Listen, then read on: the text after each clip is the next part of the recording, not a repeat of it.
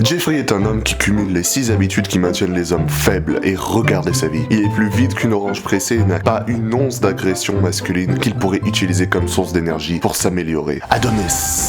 Adonis est-il un homme fort ou faible? Aucun des deux, c'est l'homme ultime. Mais il n'est pas né ainsi. Plus jeune, il a discipliné son esprit afin de résister à toutes les mauvaises habitudes qui détruisent ses frères. Sa force n'est pas le résultat d'un coup du sort, mais bien d'un travail acharné. Aujourd'hui, je vais pas vous faire perdre votre temps. On va combiner l'habitude 1 et l'habitude 2. Les réseaux sociaux et le porno. Pourquoi je combine les deux? Bah réfléchis 2 secondes. En scrollant sur les réseaux sociaux, t'as probablement vu plus de cul que toutes les générations avant toi. Les réseaux sociaux littéralement sont une banque de porno softcore. T'en trouves partout. Tu scrolles, tu vois du cul, t'as des meufs qui se mettent dans des positions très déconcertantes et qui activent les neurones de ton cerveau de petit singe. Et du coup, tu pètes un câble. Et du coup, qu'est-ce qui se passe? T'es excité. Et ça mène à quoi? Le porno. Les deux sont conçus simplement pour bien t'enculer le cerveau, rentrer dans ta tête et te rendre bien submissif. Tu te retrouves à scroller, à consommer du contenu encore et encore sur ces plateformes.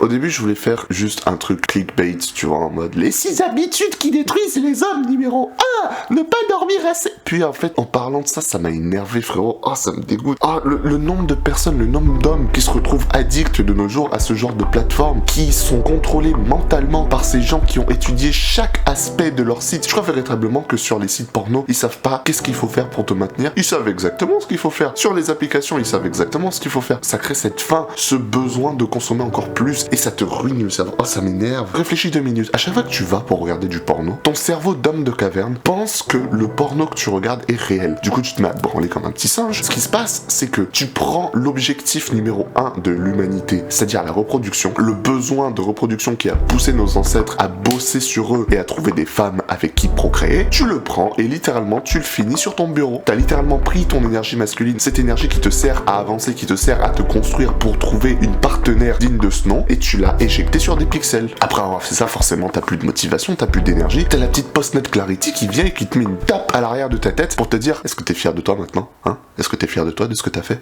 Tu te sens un peu mal maintenant, hein? Tu te sens comme une merde, hein?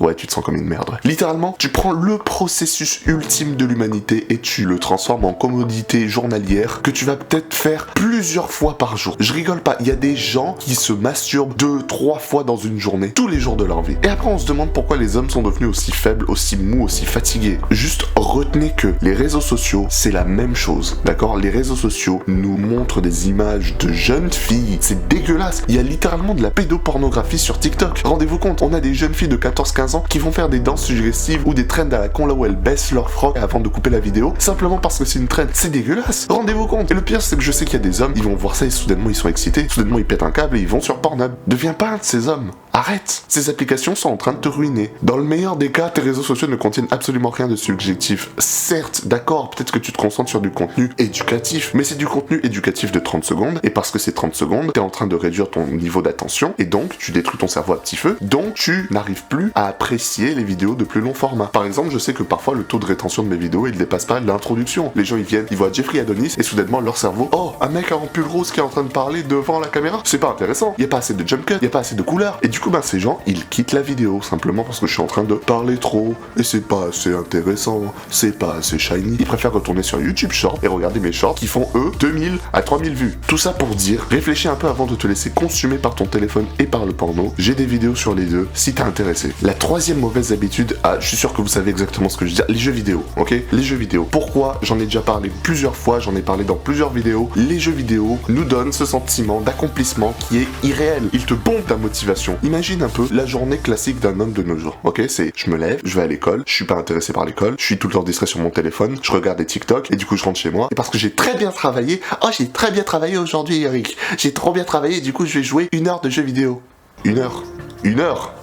Je suis désolé, mais chaque fois que j'entends quelqu'un qui me dit: je joue 1 heure de jeux vidéo après une journée difficile, c'est du foutage de gueule. Je sais très bien qu'il y a personne qui joue 1 heure de jeux vidéo. Désolé, je suis énervé aujourd'hui, mais putain. Personne ne joue 1 heure de jeux vidéo. Chaque fois qu'il te dit: je joue 1 heure, c'est faux, c'est pas possible. Tu sais très bien que c'est extrêmement addictif, même si imaginons que tu fasses véritablement 1 heure de jeux vidéo. Ça encule déjà un peu trop ton cerveau. T'auras plus de motivation parce que tout ce que tu fais, c'est accomplir tes faux objectifs dans un monde virtuel. Donc quand tu regardes la réalité et que la réalité vient te mettre 2 claques là dans la gueule, bah t'as plus d'énergie pour l'affronter et t'as perdu. T'es un jeune homme, t'as de l'énergie, t'es censé te construire, t'es censé te préparer à la vie, t'es censé te préparer à celle qui sera ta future femme. T'as pas envie de simplement être un débile qui est branché sur secteur à un écran. Non, je sais que tu peux le faire, à la limite réduis tes heures de jeu, mais idéalement il faudrait ne pas dépasser 15 à 30 minutes de jeu par semaine, occasionnellement. Et tu sais quoi, si t'as véritablement envie de jouer aux jeux vidéo, le fais pas pendant tout le mois, fais-le un jour par mois, tu joues pendant 10 heures d'affilée, tu finis un jeu, mais sinon tout le reste des jours tu n'y touches pas. Je te jure, c'est un truc controversé, mais je vous promets que à la fin vous me remercierez parce que vous vous ressentirez plein d'énergie que vous pourrez investir dans des choses intelligentes et bonnes comme la lecture, le travail sur soi, le sport. Ce qui nous mène à la 4e habitude, le manque d'exercice. Non, sérieusement, regardez, moi aussi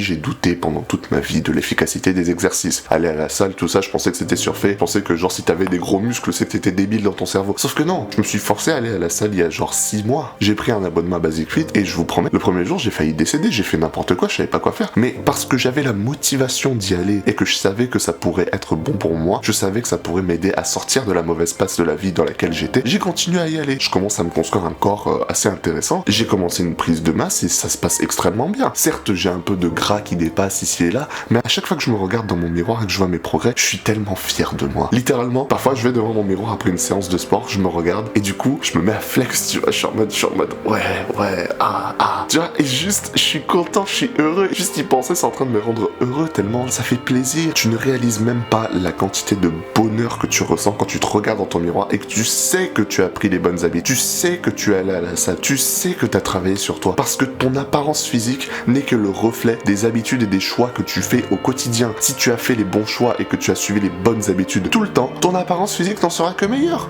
Littéralement. Moi maintenant, je prends soin de mon corps parce que mon corps est un temple. Et le fait de prendre soin de mon temple prend soin de mon esprit. Aller à la salle construit de la discipline. Si tu deviens discipliné, ton état mental n'en sera que meilleur car tu seras prêt à affronter toutes les choses dans ta vie car tu as réussi à t'affronter toi-même. Mais je peux pas parler d'aller à la salle sans parler de la 5e mauvaise habitude, une mauvaise alimentation. Tu sais, parfois je vois des gens qui me parlent de oui, en fait, je peux manger tout ce que je veux tant que ça rentre dans mes macros, tant que c'est mes calories. Non, c'est débile. Certes, peut-être que tu dois manger 3000 calories par jour et que bouffer 3 Big Mac dans la journée, ça va te donner les 3000 calories. Mais dans tes Big Mac là, il y a des saloperies qui vont te ruiner ta santé. Tu crois véritablement que c'est bon pour ta santé? Oui, mais tant que ça reste dans mes macros, non, ça va te ruiner ta santé à long terme. Les gens qui font ce genre de choses, dans 10-15 ans, ils sont morts. Sauf que toi, on veut pas que tu meurs dans la jeunesse, dans la bêtise. T'imagines, t'as réussi à construire un corps de rêve et littéralement tu clames 2 ans plus tard, ça serait dégueulasse. Non, on veut que tu puisses le construire, être fier de toi et ce, sur le long terme. Donc qu'est-ce qu'on mange exactement? Un jour, je ferai une vidéo complète sur le sujet, mais basiquement, tout ce que t'as à retenir, c'est ne mange pas des trucs processed, donc de la nourriture processed, donc les hamburgers, c'est plusieurs ingrédients, c'est processed. Mange les ingrédients de base. Par exemple, une patate n'est constituée que de patates. Une pomme n'est constituée que de pommes. Un ananas n'est constitué que d'ananas, des bananes ne sont constituées que de bananes. Tu peux aussi consommer des noix, et les noix c'est très bon pour ta santé, c'est un bon apport en protéines, mais surtout, tu peux manger de la viande. Alors je dis pas que les végétariens et les véganes ne peuvent pas prendre du muscle, bien évidemment non, ça a été prouvé maintes et maintes fois que les noix sont un apport suffisant, mais si tu aimes la viande, tu devrais l'inclure dans ton alimentation et en consommer de manière régulière pour prendre soin de toi. Tant que l'ingrédient est un ingrédient de base qui n'est constitué de rien, tu sais que c'est quelque chose qui est bon pour ta santé et qui va t'aider à avoir une alimentation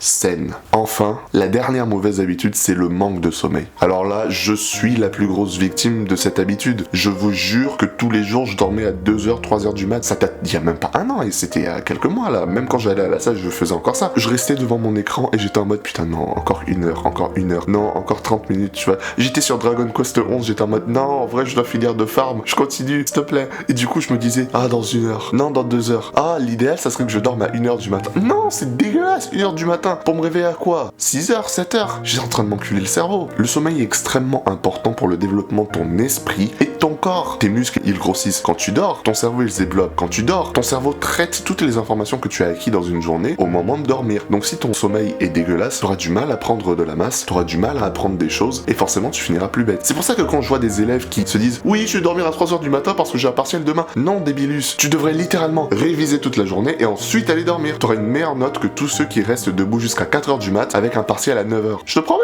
Dormir aux mêmes heures tous les jours et avoir assez d'heures de sommeil. Et je dis pas oui, je dois avoir 8 heures de sommeil, du coup si je veux me réveiller à 8 heures, je peux dormir à minuit. Non, parce que tu prends du temps à t'endormir et tu te réveilles parfois pendant ta nuit. Donc il faut que tu passes au moins 10 heures dans ton lit, comme ça, tu auras 80% de ces 10 heures, donc 8 heures, et là tu verras que tu auras véritablement 8 heures de sommeil. Et là tu te sentiras mieux dans ta vie. Et quand ça arrivera, si tu appliques les conseils que je te donne, tu pourras revenir vers cette vidéo, mettre un like et t'abonner. On va pas se mentir, c'est pas facile de simplement se débarrasser de toutes les mauvaises habitudes qu'on a cumulées au fil de notre existence. Ce n'est pas facile, mais c'est nécessaire pour obtenir une meilleure vie. Parce que quand tu développeras des meilleures habitudes, quand tu apprendras à vaincre toutes les mauvaises habitudes, tu te sentiras mieux dans ta vie, tu pourras te construire et devenir comme Adonis. N'hésite pas à t'abonner et à partager si les conseils sont utiles.